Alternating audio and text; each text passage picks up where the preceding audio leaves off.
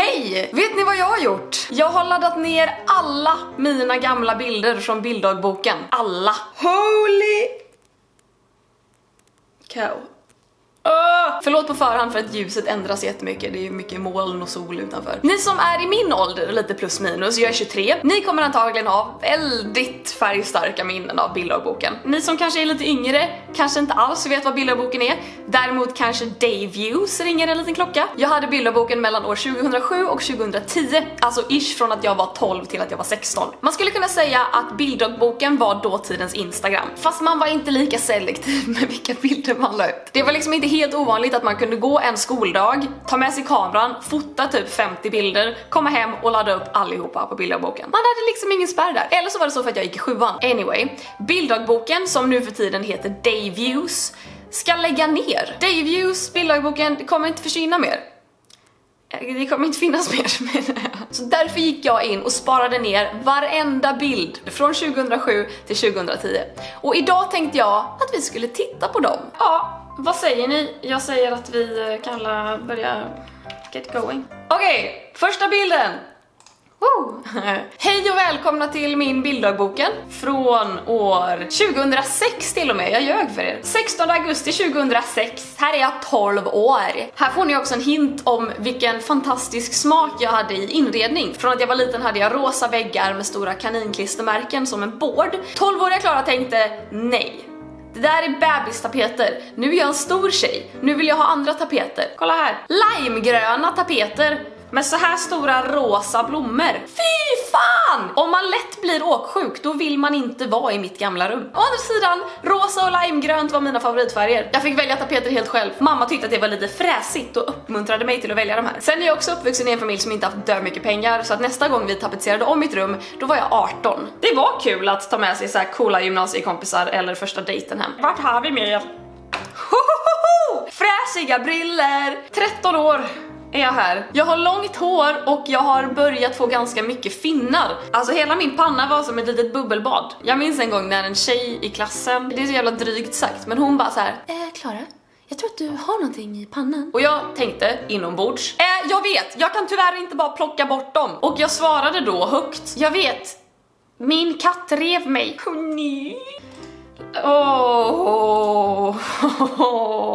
Selfie session! Här är jag 13 år, har inte lika mycket finnar. Det kanske gick i perioder, jag minns inte. Och det är även min syrra, Kimberly, som är 11. Jag vet inte riktigt vad jag ska säga om den här bilden. Jag vet inte heller vad det är vi tittar på. För att på den här tiden hade man ju liksom, man kunde inte se sig själv i kameran. Samtidigt är det ju vi, och vi är mycket medvetna om att vi fotar oss själva. Det är ett mysterium.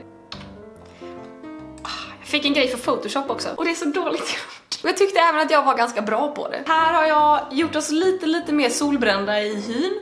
Kimberly har fått rött hår och jag har fått brunt hår. Vi har båda fått bruna ögon. Vi har även fått varsin liten kajallinje. Jag sörjer lite att jag fortfarande inte kan Photoshop. Jag hade ju kunnat lära mig ganska väl. Vad har vi? Det här är ändå lite gulligt. Gud, vad liten! Det här var också perioden där alla var fjortisar. Utom jag. Alla hade blekt håret vitt. Alla hade så här tuperat hårsprayat hår, brun kräm, idomin på läpparna. Remember those days? Gud, jag var inte cool. Här är jag på väg till en friidrottstävling. Jag hoppade höjd och sprang häck. Sött. Apropå gulliga bilder. Till alla 13-åringar, det blir bättre. Alltså puberteten träffade mig som en frisbee i bakhuvudet på en frisbeegolfbana. Aj! Det finns 13-åringar idag som går upp på morgonen och sminkar en full drag och sen går till skolan. Den här tjejen did not. Den här tjejen hade aldrig ens hört talas om hårspray. Kul att man inte är tonåring längre. Mitt sinne samt intresse för mode har fortfarande inte kickat in. Limegrön vinterjacka, återigen favoritfärgen. Och så matchar vi det med en AIK-mössa. Visste jag vad AIK var? Nej. Kollade jag på fotboll? Nej. Vilket lag hejade jag på? Sverige! I tried. Så här cool var jag. Minns ni vad jag sa om att alla andra var fjortisar? Alla andra hade så här tuperat hår, push-up-bh, började dricka. Och jag höll på med sånt här. Oh my god. Nej, vad är det? Charmigt. Ja.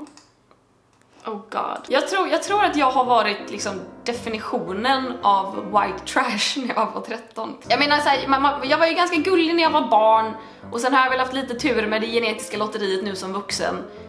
Men åren däremellan, kan ni liksom se där i bakgrunden? Ser ni vad det är som kommer flygande? Jo, men det är puberteten, som en jävla lastbil. Ja, fina grejer. Nej men kolla! Här är ju på en friidrottstävling. Från att jag var 12 till att jag var 18 hoppade jag höjdhopp. Och jag brann för det. Jag älskade höjdhopp. Observera gärna den lilla pungan här. Jag kunde inte hoppa över ribban utan att bara... Det här är i Stockholm. Observera gärna att det står Klara-grillen här. Och så är det en skylt där det står Klara här. Och då tyckte pappa, Klara, nu måste vi ta en bild. Vad har vi mer? Åh gode gud, vad är det? Jag minns att vi satt och lekte med såna, ni vet, såna IQ-testpussel. Alla bitar ser olika ut och så ska man få ihop det till en fyrkant. Vi tog de här bitarna och jag kastade upp dem i luften och min syster fotade när de föll ner. Och då skulle jag typ se lite rolig ut. Jag ser ju ut som en 5-åring på crack typ. Just det, jag hade ju en svår period också. Jag tror aldrig jag har pratat om det, men jag tyckte att högstadiet var en väldigt jobbig period. I korta drag hade jag och min kompis ett bråk och det blev så mycket större än vad det hade behövt bli och våra föräldrar drogs in och vi slutade umgås. Och då insåg jag att så här, shit, hon är typ min enda kompis som jag liksom umgås med. Sen har jag andra vänner i klassen, men jag umgås inte med dem. Och plötsligt så vart jag så här svinensam och hade liksom typ inga vänner utanför skolan. Och det var jättejobbigt. Och då började jag ta såna här bilder som jag tyckte visade hur jag kände. Det här var också på den tiden där liksom såna emo-bilder där de var antingen alldeles för överexponerade eller underexponerade var trendigt. Jag ville ju gärna tillhöra emosarna. Det här är också kul. Det här är dagen innan jag fyller 15 och som vi alla vet så är det lag på att ha hjälm när man cyklar om man är under 15. Och det här är en ganska målande beskrivning av hur stark min tonårsrevolution var. Obefintlig. När jag var 15 tyckte jag att det var kul med, ja men det är ju alldeles för ljust här inne. Tyckte det var lite coolt att ta lite artsy fotografier. Bildtexten är, jag vet inte vem jag är. Jag vet inte vem jag är, men jag vet att jag är din. Här har jag kommit 2 och 3 i något distriktsmästerskap tror jag. Jag kan tänka mig att jag har kommit 2 i höjdhopp och 3 i häcklöpning. Här klippte jag håret kort. Gud, det här är precis i början på 9:an. Och jag klippte av mitt hår. Det här var den första bilden jag tog på håret också när jag var på väg hem från frisören. Det är ju egentligen ingen snygg frilla. Återigen, hårprodukter.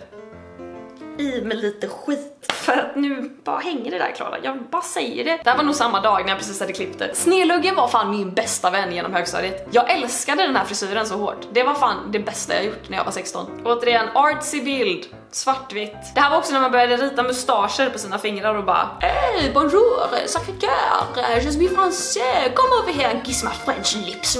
Inte detta en frilla som typ alla bildlärare har?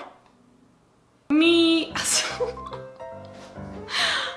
Också en frisyr som är lite på utväxt. Fan, jag ser osäkerheten i min blick. Tyckte inte om att vara med på bild på den tiden. Little did I know att jag skulle leva på att lägga upp videos på mig själv på internet. Om jag hade vetat det hade jag fått hjärtflimmer. Kompisar, det här var alla bilder! Nu har jag ju inte visat er allihopa för att jag har så mycket tråkiga bilder på min bildogbok. Men det här var ju lätt och mest intressanta. Men ändå kul. Tänk att de här bilderna har legat ute på internet för allas beskådan. Okej kompisar, det här var allting jag hade för den här gången. Tack för att ni har kollat. Glöm inte att skriva en kommentar, prenumerera, dela den här videon med era kompisar. Så får ni ta det vackert och så ses vi precis som vanligt nästa måndag. Hej då!